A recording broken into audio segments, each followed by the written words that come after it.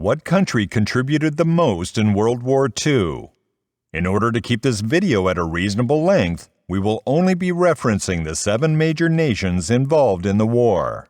Those countries being Nazi Germany, France, the British Empire, Italy, Russia, Japan, and the United States of America. This video is going to rate each nation in a wide range of areas. It will consist of 5 rounds, with each round having a different topic. The topic of the first installment in the series being the risk of going into the war. After each round, each country will receive a score out of 10. We will conclude the series with the overall scores. Without further ado, let's begin. Going into the Second World War, Nazi Germany was at its highest point and had come a long way since suffering defeat in the Great War 21 years prior. Even though a Nazi victory would bring exponential gain for the Germans, a defeat would be just as crippling, especially following the harsh contingencies of the Treaty of Versailles, in a war they arguably didn't even start. It was obvious to Hitler and the Nazis that after the beginning of the Second World War, losing the conflict wasn't even considered. Nazi Germany receives a score of 9. Moving on to their western neighbors, France. War with Germany was an incredibly dangerous situation, facing a similar scenario to that of Poland. Bordering the Germans was bad enough, let alone the clear hatred and influence the French had over Germany regarding the Armistice, Treaty of Versailles, and the rise of the Weimar Republic and Nazi Germany. These 2 reasons created a massive risk for the French because even though their army was arguably the best in Europe and even the world, a defeat would mean France would never be seen again. France receives a score of 8. The British Empire. Britain suffered a lot of the same risks as the French, but there were a few notable differences, one being the geographical location of Britain. Despite not bordering Germany, they weren't too far off and a German invasion of Britain wasn't too far-fetched.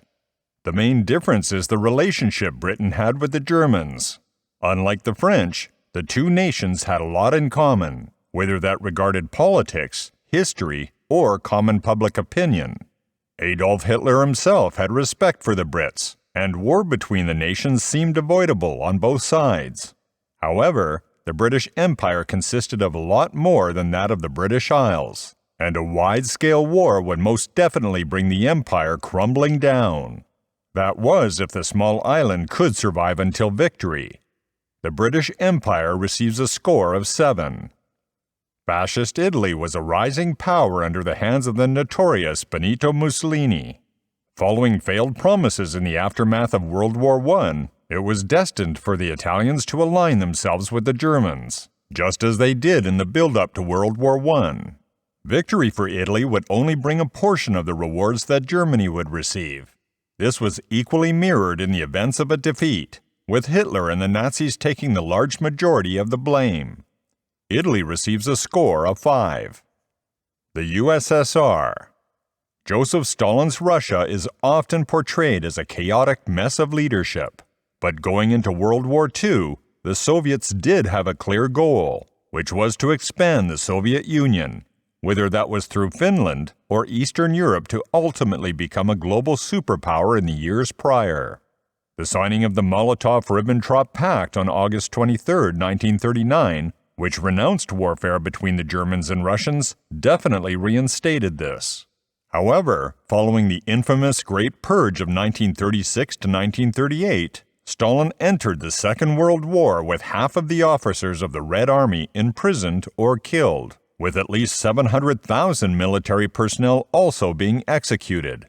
This paranoia provided great risk for the stability of the Union, especially for officers and soldiers of the Red Army, which at times would question Joseph Stalin's iron fist.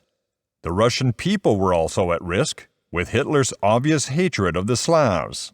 Defeat would bring indefinite years of harsh treatment amongst the innocent civilians. The USSR receives a score of 6. Japan. The Japanese, almost completely isolated from European politics and conflicts outside of the Soviets, were slowly expanding their own influence, such as the invasion of Manchuria in 1931. The stage was set for major Japanese success, as Britain's resources would be too far to split to put up a big enough defense of their Pacific territories and allies. And with the United States only taking part of the conflict via economic and financial support to the Allies, as long as Japan avoided the USA, not only would the Japanese see few defeats, but also less blame for the war if the Axis lost, since the personal grudge with the Americans would have been non-existent. They wouldn't be completely blame-free, though, as instigating war in the Pacific theater would be solely Japan's fault. Japan receives a score of 5. Last but not least, we have the United States of America. During the 1930s, the Americans featured the same public view on the Nazis as the Brits did. However, the risk of invasion was completely non-existent. It is debatable whether the Nazis and the Americans would have lived in harmony following a German victory, with valid explanations for both. What is certain is that neither side would have been able to pull off an invasion of the other. The USA also grew exponentially through their deals with the European powers, similarly to that of World War I.